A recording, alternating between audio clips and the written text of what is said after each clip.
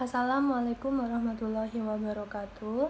Perkenalkan, nama saya Evi Yuliana, NPM 1804041061, kelas A, Prodi Ekonomi Syariah, mata kuliah Manajemen Perusahaan. Baiklah, di sini saya akan menjawab jawaban dari soal UTS. Jawaban yang pertama adalah: jelaskan fungsi dasar manajemen dalam organisasi. Yaitu terdapat 4 dasar manajemen dalam sebuah organisasi, yaitu planning, organizing, leading, dan controlling. Planning atau perencanaan dan pembuatan keputusan menentukan tujuan organisasi dan memutuskan cara yang terbaik untuk mencapainya. Pembuatan keputusan bagian dari perencanaan yang berkaitan dengan memilih langkah-langkah yang harus dilakukan untuk mencapai sasaran organisasi. Fungsi perencanaan adalah: yang pertama, untuk menetapkan tujuan, yang kedua, merumuskan strategi, yang ketiga, menentukan sumber daya yang diperlukan, dan yang keempat, menetapkan standar atau indikator keberhasilan. Lalu yang kedua, organizing atau pengorganisasian adalah mendelegasikan rencana-rencana yang telah ditetapkan dalam perencanaan kepada individu yang bertanggung jawab dalam organisasi.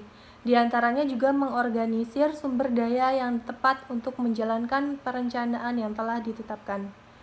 Fungsi dari pengorganisasian adalah: yang pertama, mengalokasikan sumber daya, merumuskan dan menetapkan tugas dan prosedur yang diperlukan, menetapkan struktur organisasi yang menunjukkan kewenangan dan tanggung jawab. Lalu yang ketiga, kegiatan perekrutan, penyeleksian, pelatihan, dan pengembangan sumber daya manusia. Yang keempat, kegiatan penetapan sumber daya pada posisi yang paling tepat. Lalu dasar manajemen yang ketiga yaitu leading atau kepemimpinan adalah proses implementasi program yang telah ditetapkan agar bisa dijalankan oleh seluruh pihak dalam organisasi, serta proses motivasi agar semua pihak bisa menjalankan tanggung jawab dengan produktivitas yang tinggi. Fungsi dari kepemimpinan atau leading adalah: yang pertama, mengimplementasikan proses kepemimpinan, pembimbingan, dan pemberian motivasi kepada sumber daya manusia agar dapat bekerja secara efektif dan efisien, memberikan tugas dan penjelasan rutin mengenai pekerjaan, lalu menjelaskan kebijakan yang ditetapkan.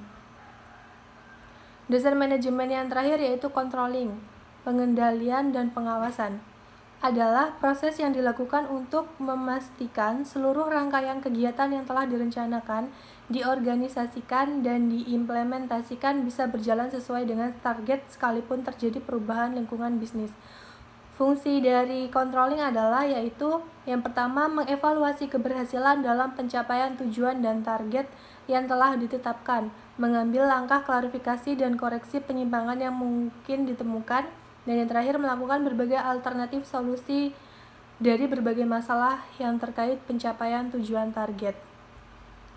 Lalu jawaban dari soal yang nomor 2 adalah: buatlah analisis manajemen menggunakan 4 dasar manajemen dari PT Asia Pulp Paper atau APP. Jawabannya adalah: Asia Pulp dan Paper atau APP Sinarmas adalah merek dagang untuk perusahaan produsen pulp dan kertas di Indonesia dan Cina. APP menghasilkan produk-produk berkualitas untuk memenuhi permintaan dunia yang terus bertumbuh seperti produk kertas, kemasan, dan tisu. Asia Pulp dan Paper Sinarmas menerapkan 4 dasar manajemen, yaitu diantaranya: yang pertama, planning, perencanaan. Asia Pulp dan Paper atau APP Sinarmas akan terus menjalankan bisnis secara berkelanjutan, terus berinovasi dan melindungi masa depan APP, menjaga integritas dari rantai pasokan, dan akan sangat krusial untuk operasi APP Sinarmas, seperti juga komitmen yang terdapat dalam visi peta jalan berkelanjutan 2030.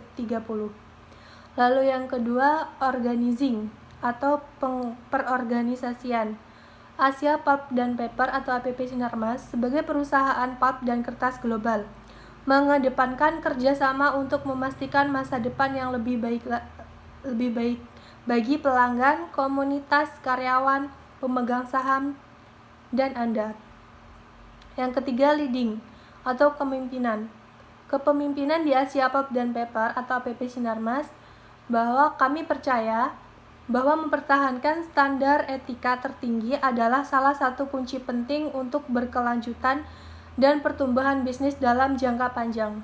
Perilaku keseharian kita dalam menjalankan kegiatan operasional perusahaan merupakan kunci untuk menjaga reputasi perusahaan di mata karyawan, pemasok, pelanggan, kompetitor, komunitas, dan pemangku kepentingan lainnya.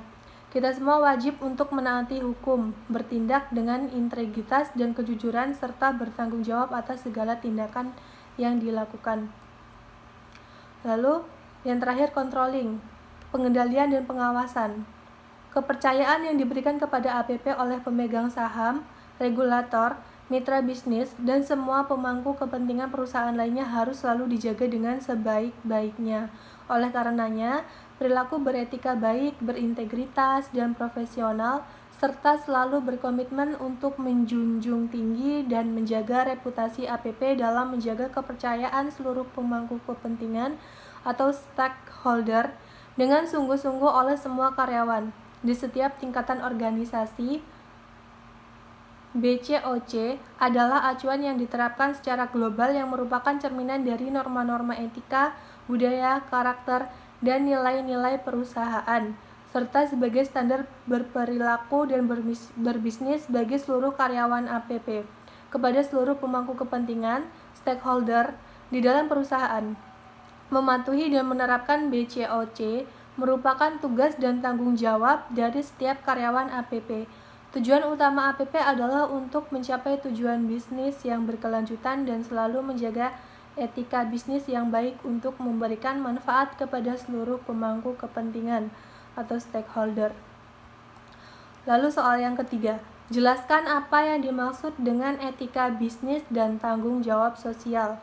Jawabannya adalah, etika bisnis adalah prinsip dan standar yang menentukan cara mengelola perusahaan yang mencakup semua aspek baik individu, perusahaan, maupun masyarakat dengan memperhatikan norma dan moralitas yang berlaku secara universal, ekonomi, dan sosial.